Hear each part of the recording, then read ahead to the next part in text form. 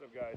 So here today we've got a 3.5 EcoBoost. Has cam phaser issues. Unfortunately, I didn't get to videotape anything of pulling the cab, pulling the front covers and all that. But what I'm going to do is we're going to go through a timing, how to set timing and do the timing on these. And then we'll most likely do a quick flash going through putting everything back together. And I think I have another one coming in this week that I'll do a cab pull and the same thing, and I'll do a video of that. So I'm going to set you guys up so you can kind of get an overall look, and when we go into like some of the little specifics, I'll pull the camera and pause and create where we can actually go through the timing steps. So give me a couple minutes and we'll get started. Probably gonna be noisy, but we had a couple little parts issues. We got that taken care of.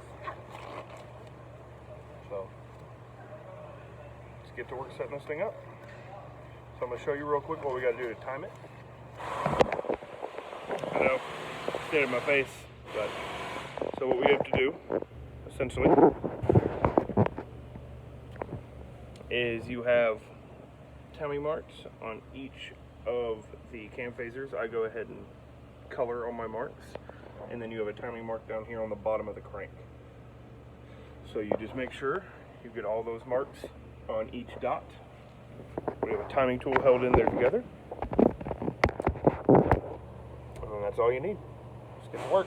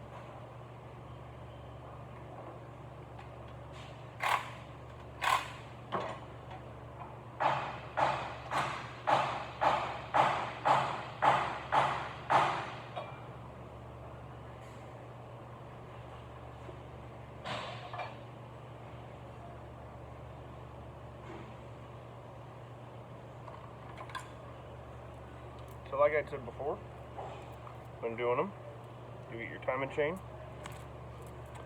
Now thankfully, Ford's so amazing by making all of these marks so visible. They give you one good solid colored mark, and these are usually a dark brown color, but once you get oil and stuff on them, you can barely see it. So always take a paint pen, mark that one exact chain in your double links, and that way it's a lot more visible, and you're good to go. Let's put it on.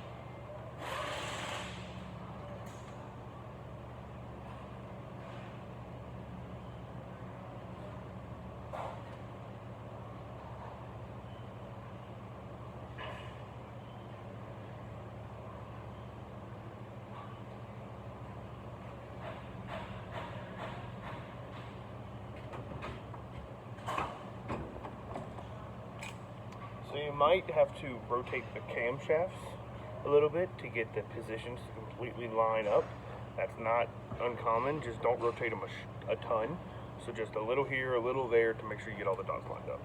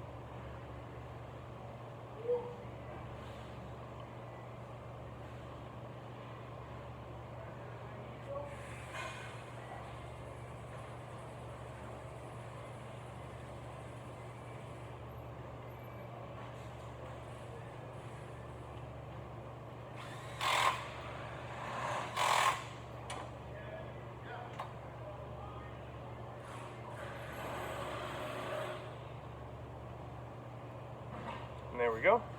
We got everything timed. So, like I said before, flip you around here. You get each timing mark. We get each timing mark on each chain link, and then we get the double down there on the bottom. Like I said, if you have to move them slightly, that's not that big of a deal. Don't feel strange or uncommon to it. It's completely fine. So I'm going to get the stuff for the front cover, and we're going to seal that up. I'm going to pause you real quick, and then I'll get everything done. So we got a tube 357. It's our high performance silicone for turbo motors. So we're going to go ahead and seal up the front cover.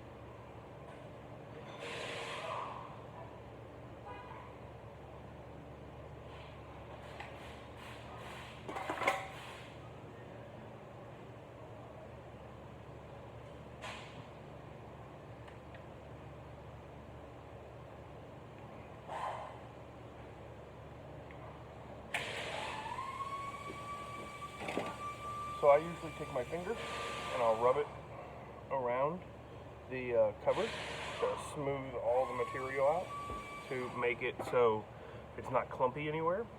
And then you also put on all of the conjoining areas, the oil pan to the block, and then the head to the block, you put a small dab, probably like the, I don't know, the size of fucking little 8mm socket on each one of them. They're called a T-joist. That kind of helps seal it a little bit better. So let's smooth it and put it on.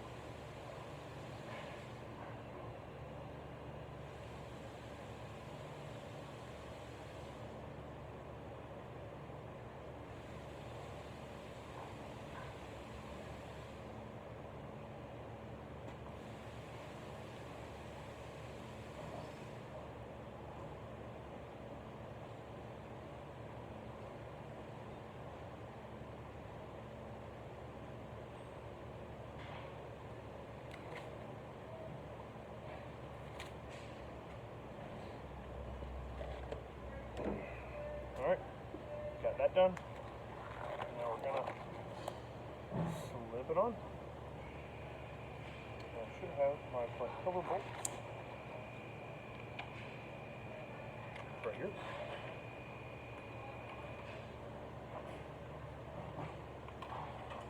Let's get our gap ready. That way we can throw it on. It'll be a 13 millimeter.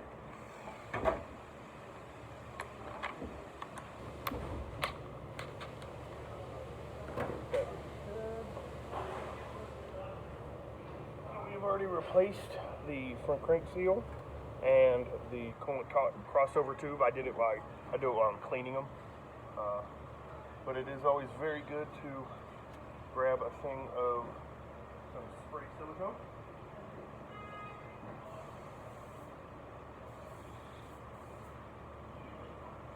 On the two areas right here with your coolant crossover tube, and then the crank sensor gasket down here, because it is silicone, so it gets really stiff. So go ahead and spray some silicone spray on it so it'll slip in a little easier.